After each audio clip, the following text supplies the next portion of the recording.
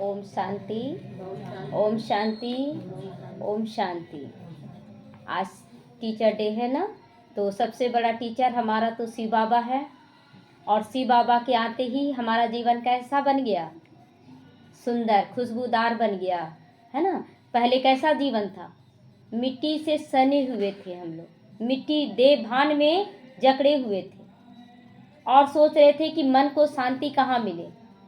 कुछ भी नहीं चाहिए जीवन में, सब कुछ था, तन था, मन था, धन था, जन था, संबंधी था, सब कुछ था, लेकिन मन में चैन और सुकून नहीं था। क्या चाहते हैं हम, इसका ज्ञान नहीं था। भटक रहे थे, कभी यहाँ कभी वहाँ, कुछ नहीं प्राप्ति हो रहा था। तभी अचानक शिव बाबा की प्रवेशता हुई हमारे जीवन में, और हर चीज का ज्ञान जो हमारे अंतर मन में बसा हुआ था कि क्या चाहिए, वो सारा खुलकर सामने आने लगा। हाँ, यही चाहिए था, यही चाहिए था। जैसे जैसे बाबा का 7 दिन का कोर्स करने लगे, मुरली सुनने लगे, तो मन से आवाज निकलने लगा कि पाना था सो पा लिया, और क्या बाकी रहा। और सारे रास्ते खुलते चले गए। हमारे जीवन में जो दुख थी, तकलीफें थी, जो बंधन था, सब कुछ अपने आप समाप्त होता गया और हम बंधन मुक्त होते गए, स्वतंत्र होते चले जा रहे थे। तो जब से शिव बाबा मिला, हमें जीने का राह मिलने लगा। बोलते ना कि गुरु के बिना अंधेरा है, और इसकी महिमा तो भगवान भी बोलते हैं ना कि गुरु गोविंद दो खड़े काके लागू पाओ, बलिहारी गुरु आपने गोविंद दियो बताए। तो अगर भगवान ज्ञान ही नहीं देता कि मैं कौन, मेरा कौन, तो हम लोग भगवान से मिलते कैसे। आज हम उसकी श्रीमत पर चलकर उनके जैसा बनते जा रहे हैं। और इसीलिए कहा जाता है ना कि मिट्टी तो रास्ते में पड़ा हुआ था, महिमा उस टीचर की, उसकी महिमा है गुरु की, जो उस मिट्टी को उठाया और सुंदर सा मूर्त बना डाला। हम भी रास्ते में पड़े हुए थे, और बाबा हमें ज्ञान रत्नों का श्रृंगार कर करके सुंदर बनाता जा रहा है, और आज दुनिया के आगे प्रत्यक्ष कर रहा है कि देखो यही मेरे बच्चे हैं, जो आने वाले कल के विश्व महाराजन और विश्व महारानी बनने वाले हैं। कितना नशा चढ़ जाता है ना, कहाँ कुछ भी नहीं, बाबा हम चरणों की धूल भी बन जाए तो काफ़ी है, और कहाँ भगवान तो हमें सिर का ताज बना लिया। तो ये ज्ञान दे देकर बाबा हमें सुंदर और पावन बना रहा है। तो हम भी बाबा इतना अच्छा अच्छा गिफ्ट दे रहा है, तो हम भी अपने शिव टीचर जो बन के आया है बाबा, जो ज्ञान दे रहा है, हम भी प्रतिज्ञा करें आज कि हम बाप समान बनकर, हम भी टीचर बनकर अनेक आत्माओं को अंधेरे से उजाले में लाएंगे, उनकी भटकी हुई जिंदगियों को रास्ते पर लाएंगे, सुधार लाएंगे उनके जीवन में। जो दुख अशांति झेल रहे हैं, उन्हें सुख शांति का अनुभव करवाएंगे। हम आज प्रतिज्ञा करें इस टीचर डे में कि बाप समान टीचर बनकर दिखलाएंगे, है ना। ओम शांति। आप सबको हैप्पी टीचर्स डे, सभी को ऑनलाइन ऑफलाइन सभी भाई बहनों को happy teachers day. Happy teacher day दीदी। हैप्पी टीचर्स डे सभी को। ओम शांति। ओम शांति, ओम शांति। सबको मुबारक हो। ओम शांति। हाँ, आपको भी मुबारक हो। आज पहला दिन है ना आपका।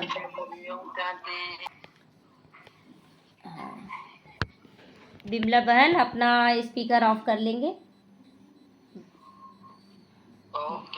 हाँ। बाबा कहते हैं जब तक पुण्य आत्मा बनकर औरों का कल्याण ना करो, तब तक ऊंचा पद नहीं प्राप्त कर सकते हैं। जितना थोड़ा मुझे याद करोगे, उतना कम पद पाओगे। बाबा को बहुत ज़्यादा याद करना है। डबल ताजधारी कैसे बनेंगे, फिर नंबरवार पुरुषार्थ अनुसार देरी से आएंगे। ऐसे नहीं कि हमने सब कुछ सरेंडर कर दिया इसीलिए हम डबल सिरताज बन जाएंगे। बाबा आज समर्पित के लिए भी मुरली चला रहा है कि आप सब कुछ समर्पित कर चुके हैं, आप सोच रहे कि डबल ताजधारी बन जाएंगे। नहीं बन पाएंगे, नहीं। पहले दास दासियाँ बनते बनते फिर पिछाड़ी में थोड़ा सा मिल जाएगा। जैसे शुरुआत में दास दासी बनेंगे और लास्ट में आपको एक आध जन्म राजा बना दिया जाएगा। तो बहुतों को ये अहंकार हो जाता है, हम तो सरेंडर हूँ, हम तो समर्पित हो चुके हैं। तो अरे याद के बिगैर क्या बन सकोगे? दास दासी बनने से साहूकार प्रजा बनना ज़्यादा अच्छा है। दास दासी भी कोई श्री कृष्ण के साथ थोड़ी थोड़ी झूला झूल सकेगी। अगर श्री कृष्ण के साथ झूला झूलना है, राधे कृष्ण के साथ जाना है, तो बाबा को याद करें और पापों का बोझा उतारे, विक्रम ना करें। यह बहुत समझने की बात है, इसमें बड़ी मेहनत करनी पड़े। थोड़े में खुश नहीं हो जाना कि भगवान को पा लिए, मन को शांति मिल रहा, बहुत अच्छा है। पुरुषार्थ भी तो करना पड़ेगा। ठीक है, बड़े घर में आपका जन्म हो गया, अब जन्म हो गया लेकिन आपके अंदर वो संस्कार ही नहीं है, तो लोग आपको मान थोड़े ही देंगे। तो हम भी राजा बनेंगे, ऐसे फिर ढेर राजाएं बन जाए। अगर हर एक सोचे कि हम बाबा का बन गए तो हम राजा बन जाएंगे, तो बहुत सारा राजा बन जाएंगे। लेकिन राजा एक ही बनता है, उसके बाद दरबारी बनते हैं जो दरबार में बैठते हैं, उसके बाद दास दासी प्रजा है, परिवार है, तो लेकिन राजा एक ही बनता है। तो अगर यान में आप चल रहे हैं तो अकेले चलना होगा, ये नहीं कि वो सहयोगी बने, वो नहीं, आपके जैसा आपको नहीं मिलेगा, किसी भी हालत में नहीं मिलेगा। तो बाबा कहते हैं पहली मुख्य याद की यात्रा है। जो अच्छी रीति याद में रहते हैं उनको बहुत खुशी रहती है। जिस समय हम लोग आए इस ज्ञान में, उस समय क्या स्थिति थी पता नहीं, हमारा जीवन सुधरेगा कि नहीं, कब अच्छा लगेगा, मन को आनंद की अनुभूति कब होगी, ऐसा बोलते थे बाबा सो कि खुशी और गम तो देखे हैं यहाँ, लेकिन आनंद क्या होता है बाबा वो नहीं जानते। और अब वो आनंद की अनुभूति होने लगी। अब कुछ रहे या ना रहे, हर वक्त मौज में है। तो बाप समझाते आत्मा एक शरीर छोड़ दूसरा लेती है। सतयुग में खुशी से एक शरीर छोड़ दूसरा लेते हैं, यहाँ तो रोने लग पड़ती हैं। सतयुग की बातें भूल गए हैं, वहाँ तो शरीर ऐसे छोड़ते जैसे सर्प मिसाई। यहाँ पर रोना पीटना होता है, शरीर छूटा तो कोई भी परिस्थिति आए तो रोने लग जाती हैं, और सतयुग में रोना पीटना नहीं होगा। तुम जानते हो हम आत्मा है, ये पुराना शरीर अब छोड़ना है, सबको छोड़ना है। ऐसा नहीं है कि बाढ़ आएगा तो आप युवा हैं तो आपको छोड़ देगा कि नहीं, अभी आपका जीवन है। बच्चे हैं तो उसका भूकंप आएगा तो नहीं मरेगा, बम फेंका जाएगा तो सब नहीं बनेगा, केवल बूढ़े मरेंगे, ऐसा नहीं है। सयाने बच्चे जो रहेंगे वो बाप को याद करते रहते हैं। वो कहते हैं बाप की याद में ही शरीर छोड़े, फिर जाकर बाप से मिले। कोई भी मनुष्य मात्र को पता नहीं कि कैसे हम मिल सकते हैं। तुम बच्चों को अब रास्ता मिल रहा है कि बाबा को कैसे हम याद करें, कैसे उनसे मिलना है। अब पुरुषार्थ कर रहे हो, जीते जी मरे तो मरे हो, परंतु जबकि आत्मा पवित्र भी बने ना। जीते जी आप मान लिए कि मैं आत्मा हूँ, तो आत्मा जब माने तो यानी कि देवभान से मर गए। लेकिन केवल बोलने मात्र नहीं ना, हमारी चाल चलन व्यवहार में वो दिखना चाहिए ना कि मैं आत्मा हूँ, तब कहेंगे हम मरजीवा जन्म जी रहे हैं। पवित्र बनकर ये पुराना शरीर फिर छोड़ जाना है। समझते कहाँ कर्मातीत अवस्था हो जाए, यह शरीर छूटे, परंतु कर्मातीत अवस्था होगी तो आप ही शरीर छूट जाएगा। आपको सोचना नहीं पड़ेगा कि हम शरीर छोड़ दें। कर्मातीत अवस्था यानी संपन्न और संपूर्ण अवस्था, तो बाबा रहने थोड़ी देगा इस पतित दुनिया में। तो बस हम बाबा के पास जाकर रहें। इस पुराने शरीर से नफरत आनी चाहिए। सर्प को पुरानी खाल से नफरत होती होगी ना। बाबा कहते इस पुराने शरीर में सुंदरता है क्या? कहीं से भी नहीं अच्छा लगता है। थोड़ा सा कुछ हुआ शरीर में कष्ट आ गया, थोड़ा सा कुछ हुआ मन में अशांति छा गया। कहाँ है ये जीवन सुंदर? तो तुम्हारी नई खाल तैयार हो रही है, परंतु जब कर्मातीत अवस्था हो, पिछाड़ी को तुम्हारी ऐसी अवस्था होगी। बस अभी हम जा रहे हैं, लड़ाई की पूरी तैयारी होगी। विनाश का सारा मदार तुम्हारी कर्मातीत अवस्था पर है। विनाश की सारी अवस्था मतलब आप अगर बहुत अच्छा कर रहे हैं पूरे परिवार के साथ। एक भाई थे ना, वो बहुत कोशिश की अपने परिवार वालों को लाने की और नहीं लाए, लेकिन बहुत सारा बंधन था उनके ऊपर। तो बाबा को बोले कि बाबा हमको नहीं रहना है, हमको इस दुनिया में अब नहीं रहना, आप ले चलो ले चलो। बहुत ज़्यादा डिस्टर्ब, बहुत ज़्यादा। आप उनका ना चलते चलते सोचते सोचते एक दिन जा रहे थे, गाड़ी से एक्सीडेंट हो गया। उसी समय शरीर छोड़ दिए। शरीर छोड़कर वो फिर उनका बहुत अच्छा रोल दूसरे जगह मिला, बाबा प्रत्यक्ष किया, बताया था। और उनके परिवार वालों का क्या हुआ, वो लोग फिर उनके जाने के बाद उनको टचिंग हुआ कि ये ज्ञान बहुत अच्छा है। और पूरा परिवार फिर ज्ञान में आ गया और उस भाई का पाठ फिर दूसरे जगह ढूंढा गया और वहाँ जाकर बहुत अच्छा पाठ अदा किए। तो उनका कर्म भोग था, लेकिन वो बाबा से जिद कर बैठे कि बाबा अब हमको नहीं रहना है।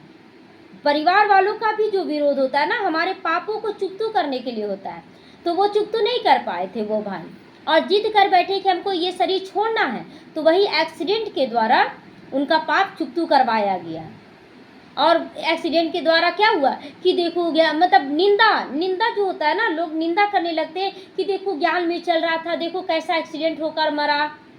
तो सब पर उस पर जो पाप का बोझा था वो सब पर चढ़ गया। अब ये मुक्त हो गया, अब इसका रोल अच्छा हो गया, ये तो किसी का बुरा नहीं ना किया था। तो अंत में कर्मातीत अवस्था को नंबरवार सब पहुंचेंगे, सब नंबरवार में लेकिन पहुंचेंगे। कितना फायदा है, तुम विश्व के मालिक बनते हो तो कितना बाप को अब याद करना है, बहुत याद करना है बाबा को। तुम देखोगे कई ऐसे भी निकलते जो बस उठते बैठते बाप को याद करते रहेंगे, मौत सामने खड़ा है। अखबारों में ऐसा दिखाते जैसे कि अभी अभी लड़ाई छिड़नी है। अखबारों में देखते हैं ना, थोड़ा सा कुछ हुआ पूरा मिर्च मसाला लगा कर बोलते हैं ना, ऐसे हो रहा, जैसे कि अभी विश्व युद्ध लग जाएगा। जबकि बाबा कहता है कि विश्व युद्ध तो अब अंतिम अवस्था है, विश्व में जो विनाश लीला होगी उसकी अंतिम अवस्था तीसरा विश्व युद्ध है। तो बड़ी लड़ाई छिड़ेगी तो बॉम्ब्स चल पड़ेंगे, देरी नहीं लगेगी। सयाने बच्चे समझते, बेसमझ जो है वो कुछ नहीं समझते। अभी विनाश चाहिए किसी को? जब विनाश होगा तो होगा, हम अपने अंदर की विकारों का, कमी कमजोरियों का विनाश कर लें। जरा भी धारणा नहीं होती, हाँ भल करते हैं कि बहुत अच्छा ज्ञान लग रहा है, लेकिन करते नहीं है पूरा फॉलो, समझते कुछ भी नहीं, याद में नहीं रहते। जो देह अभिमान में रहती हैं, यह दुनिया याद रहती है, वो क्या समझ सकेंगे, उनको तो दुनिया का आकर्षण है।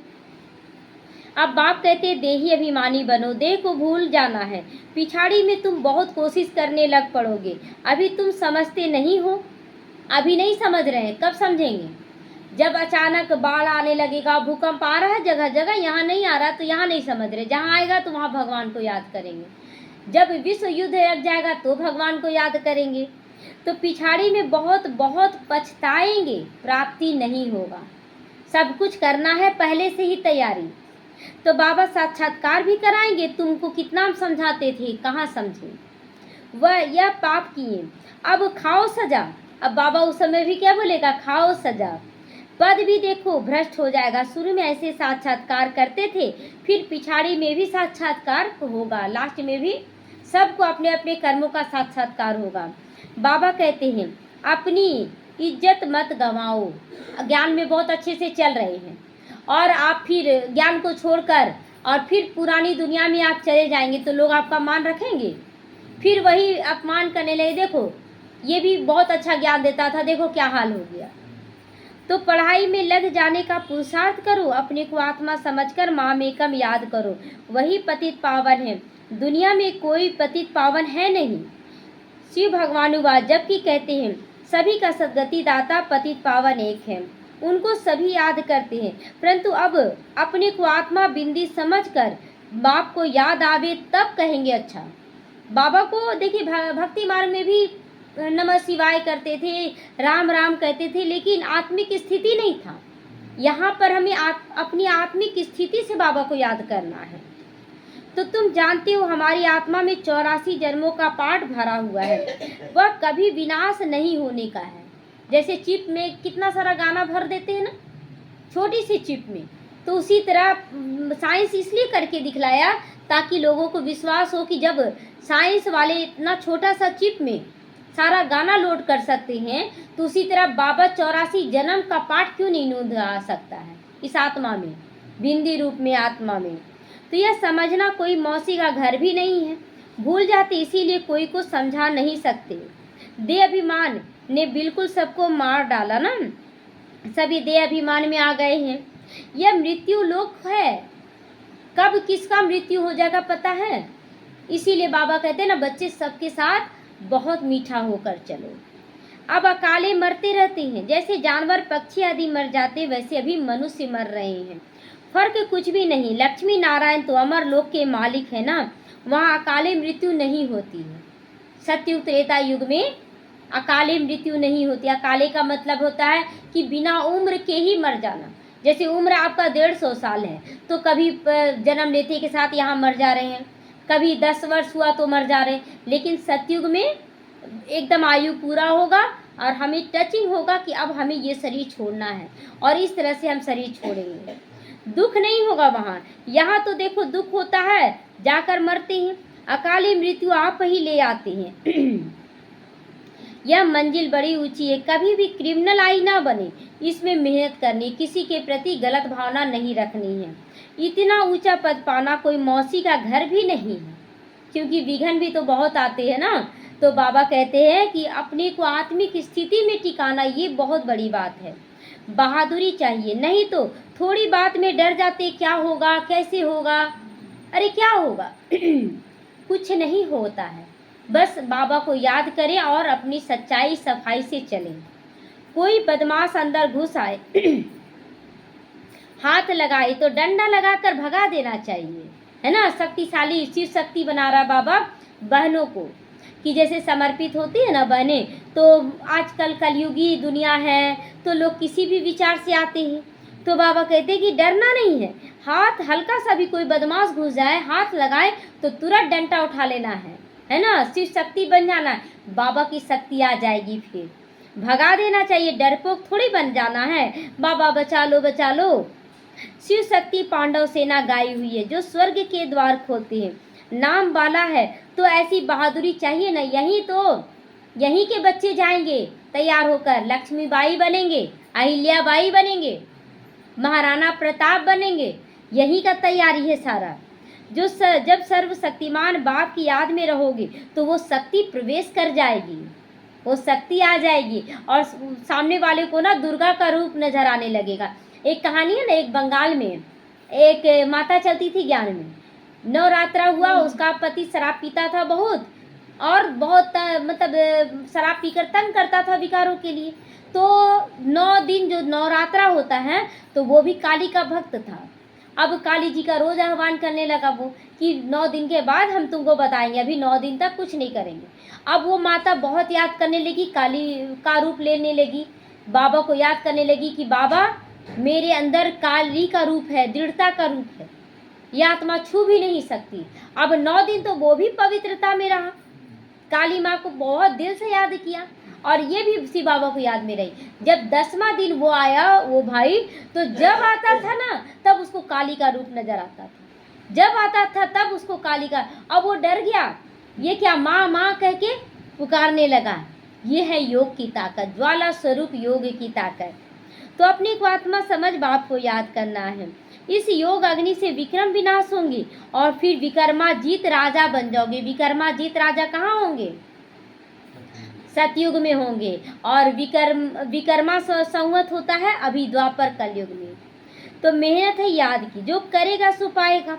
दूसरों को भी सावधान करना, याद की यात्रा से ही बेड़ा पार होगा। पढ़ाई को यात्रा नहीं कहा जाता है, पढ़ाई आपको नॉलेज दे रहा है, याद की यात्रा से आप आगे बढ़ते हैं। तो वह है जिस्मानी यात्रा, ये है रूहानी यात्रा। सीधा शांति धाम, अपने घर चले जाएंगे। बाप भी घर में रहते हैं ना, तो मुझे याद करते करते तुम घर पहुंच जाओगे। यहाँ सबको पाठ बजाना, ड्रामा तो अविनाशी चलता ही रहता है। बच्चों को समझाते रहते हैं, एक तो बाप की याद में रहो और पवित्र बनो, दैवी गुण भी धारण करो, और जितना सर्विस करोगे उतना ऊंचा पद पाओगे। तो सेवा करते चले जाना, क्यों? सेवा से दुआएं मिलती हैं, और दुआएं है ना लिफ्ट का काम करता है, और ये लिफ्ट आपको यहाँ से वहाँ तक पहुँचा देगा, पता भी नहीं चलेगा, और सीढ़ियों से चढ़ने में थकावट हो जाएगा। तो बाबा कहता दुआएं हासिल करो, कल्याणकारी तो जरूर बनना, हर एक आत्मा के लिए कल्याणकारी। अच्छा, मीठे मीठे सीख ही लेते बच्चों प्रति माता पिता बाप दादा का याद प्यार और गुड मॉर्निंग। रूहानी बाप की रूहानी बच्चों को नमस्ते। हम रूहानी बच्चों की रूहानी माता पिता बाप दादा को याद प्यार, गुड मॉर्निंग और नमस्ते नमस्ते, शुक्रिया बाबा शुक्रिया। धारणा के लिए आज मुख्य सार है, सदा याद रहे सर्वशक्तिमान बाप हमारे साथ है, तो कल्याण किसका होगा? हमारा होगा। इस स्मृति से शक्ति प्रवेश करेगी, विक्रम भी विनाश होंगे, कोई भी मुश्किल अनुभव नहीं। आप बाबा कल की परसों की मुरली में बोला ना कि कोई भी समस्या क्या बन जाएगी, खेल लगेगा, खेल खेल में पार हो जाएगा। तो शिव शक्ति पांडव सेना नाम है ना, तो बहादुरी दिखानी है, डरपोक नहीं बनना है, कहीं भी डरपोक नहीं बनना है। जीते जी मरने के बाद यह अहंकार ना आए कि मैं सरेंडर हूँ, मैं बहुत अच्छे से धारणा में चल रहा हूँ, ये सब अहंकार नहीं। क्योंकि जैसे जैसे पेड़ में फल लगता है, वो पेड़ क्या हो जाता है, झुक जाता है। तो पेड़ ज्ञान का फल जब लग रहा है, संस्कारों का फल हमारे ऊपर लग रहा है, तो हम झुकेंगे कि और टाइट हो जाएंगे, है ना। तो बाबा वही कह रहा है कि ये अहंकार नहीं दिखा देना, हम तो समर्पित हो गए, हम इतने साल से ज्ञान में चल रहे हैं, हम तो बहुत अच्छा हैं, नहीं। और नम्रचित, हमारा व्यवहार बहुत मधुर होना चाहिए, सदा हर्षित मुख होना चाहिए, हर एक को सम्मान देने वाला होना चाहिए। तो सरेंडर होकर पुण्य आत्मा बन जाओ, औरों को भी बनाना है, इसमें ही फायदा है, अहंकार दिखाने में फायदा नहीं है। वरदान है, निर्विघ्न स्थिति द्वारा स्वयं के फाउंडेशन को मजबूत बनाने वाले पास विद ऑनर भवा। तो निर्विघ्न का मतलब क्या है, निर्विघ्न का मतलब क्या होता है, बिल्कुल यही तो पढ़ाई नहीं समझ में आता है तो गलत राह पकड़ लेते हैं ना, कि विघ्न आए ही ना, परीक्षा नहीं आएगा तो आप आगे कैसे बढ़ेंगे, परीक्षा आए और हम पास विद ऑनर बनकर आगे बढ़े।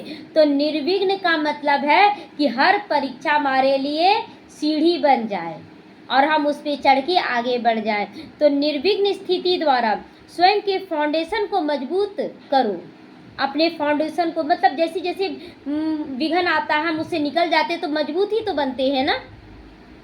तो मैं पास विद ऑनर बनते। जो बच्चे बहुत काल से निर्विघ्न स्थिति का अनुभवी हैं, निर्विघ्न मतलब विघ्न आ रहा लेकिन उसका प्रभाव हमारे ऊपर नहीं, उसको पार कर रहे हैं, विजयी बनते जा रहे हैं, तो उसका फाउंडेशन पक्का होने के कारण स्वयं भी शक्तिशाली वो रहते हैं और दूसरों को भी शक्तिशाली बनाते हैं। बोलते हैं ना कि देखो हम भी निकले हैं, तुम भी पार हो जाओगे।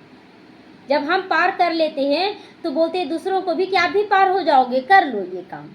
तो बहुत काल की शक्तिशाली निर्विघ्न आत्मा अंत में निर्विघ्न बनकर पास विद ऑनर बन जाती है, यह फर्स्ट डिवीजन में आ जाती है।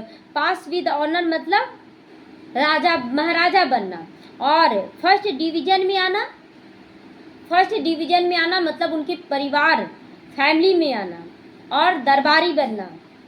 तो सदा यही लक्ष्य रहे कि बहुत काल से निर्विघ्न स्थिति का अनुभव अवश्य करना है।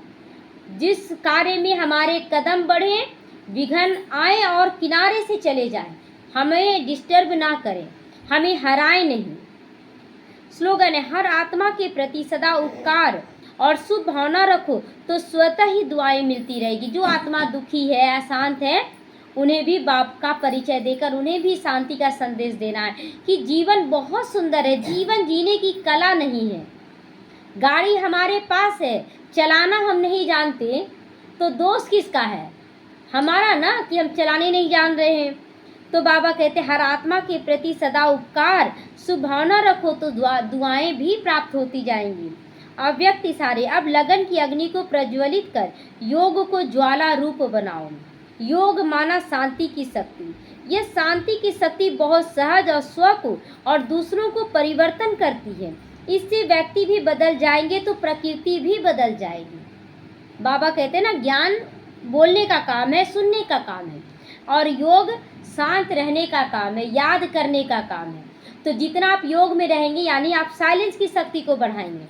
और जैसे पानी को भी, गंदा पानी को शांत छोड़ दिया जाए तो उस पानी का गंदगी सारा नीचे बैठ जाता है और पानी बिल्कुल साफ हो जाता है। उसी तरह जितना हम योग में रहेंगे यानी याद में रहेंगे और साइलेंस में रहेंगे तो हमारा जो विघ्न है वो समाप्त हो जाएगा। जो व्यक्ति विघ्न रूप बना है वो बदल जाएगा। तो व्यक्तियों को तो मुख का कोर्स करा लेते हो, लेकिन प्रकृति को बदलने के लिए शांति की शक्ति अथवा योग बल चाहिए।